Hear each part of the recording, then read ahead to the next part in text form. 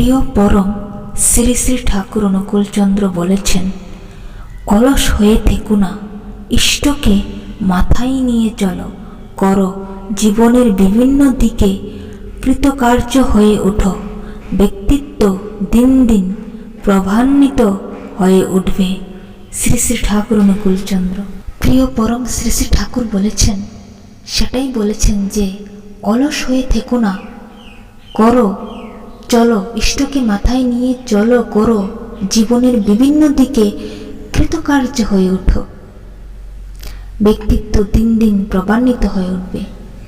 পরমপিতাকে মাথায় নিয়ে চলো, তার আদেশ নির্দেশ মেনে চলো, করো, তুমি তোমার কর্ম করো, তোমার নিজের জন্য ভেবো না, তুমি তার জন্য ভাবো, তার জন্য করো। তিনি কোন দিক থেকে, কোথা থেকে, কিভাবে করে দেবেন। দেখো, স্বার্থ সেটাই হওয়া চাই যে ইষ্টকে, যার স্বার্থ ইষ্ট, তার বলে তো যিনি সৃষ্টিকর্তা, তিনি পুরুষোত্তম। তো ঠাকুরকে ভালোবাসো, তাকে ভালোবাসো। তুমি সেটা ভাববে না যে আমার কি আছে কি নেই, তুমি সেটাই ভাবো যে আমার কাছে আমার ঠাকুর আছেন। সেটাই তো সবচেয়ে বড় কথা। ইষ্টকে মেনে চলো, ঠাকুর যা যা বলেছে সেটাই মেনে চলবে।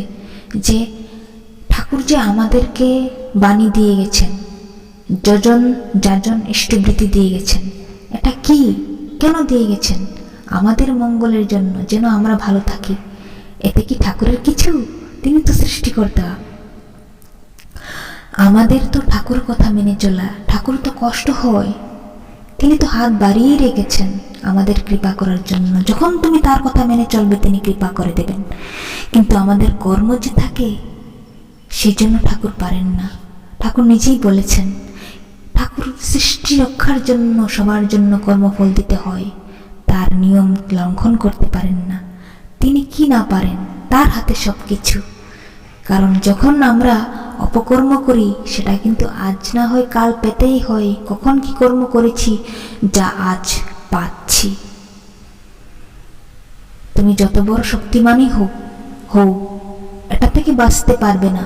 এখন যা কাউকে কষ্ট দিচ্ছ কিছু বলে, বা কারোর নিন্দা করছো, সমালোচনা করছো, পেতে কিন্তু হবে ফিরে সেটা। ঠাকুরই বলেছেন বাণীতে, বাণীটা ঠিক আমার মনে নেই, কিন্তু ঠাকুর সেটাই বলেছে, পেতে হবে ব্যথা ফিরে সেথা, যা করবে তুমি। তো এটাই করা আমাদের, যে ইষ্টকে মেনে চলা, ইষ্টকে মাথায় নিয়ে চলা, তার কথা মেনে চলা। এটাই তো ভাগ্যবান আমরা যে ঠাকুরকে পেয়েছি, কত খুশি। ঠাকুর আমাদের সবসময় মনে রাখবে যে যজন যাজন ইষ্টবৃত্তি কিভাবে করবে, কিভাবে যাজন করবে। একটা মানুষকে ইষ্ট সার্থক করা,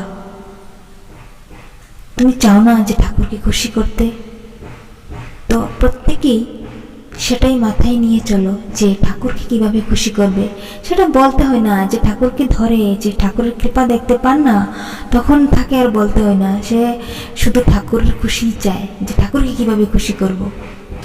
সেজন্যই বলি, ঠাকুরকে মেনে চলবে, ঠাকুরের ইষ্টকতায় প্রত্যেকটা মানুষকে ইষ্ট সার্থক করবে। আর যে ছোট ছোট বাচ্চারা, তোমার সন্তানই হোক, তোমার রিলেটিভের সন্তানই হোক, বা আর অন্য কেউ হোক, তোমার আপনজনই হোক, এই শিশুগুলি কিন্তু ভবিষ্যৎ। তো ভবিষ্যৎ তারা কিন্তু যদি তাকে ইষ্ট সার্থক করো, তার জীবনটাও সেরকম হবে। আর যদি তাকে ইষ্ট সার্থক না করতে পারো, তার জীবনটা সেরকমই যাবে।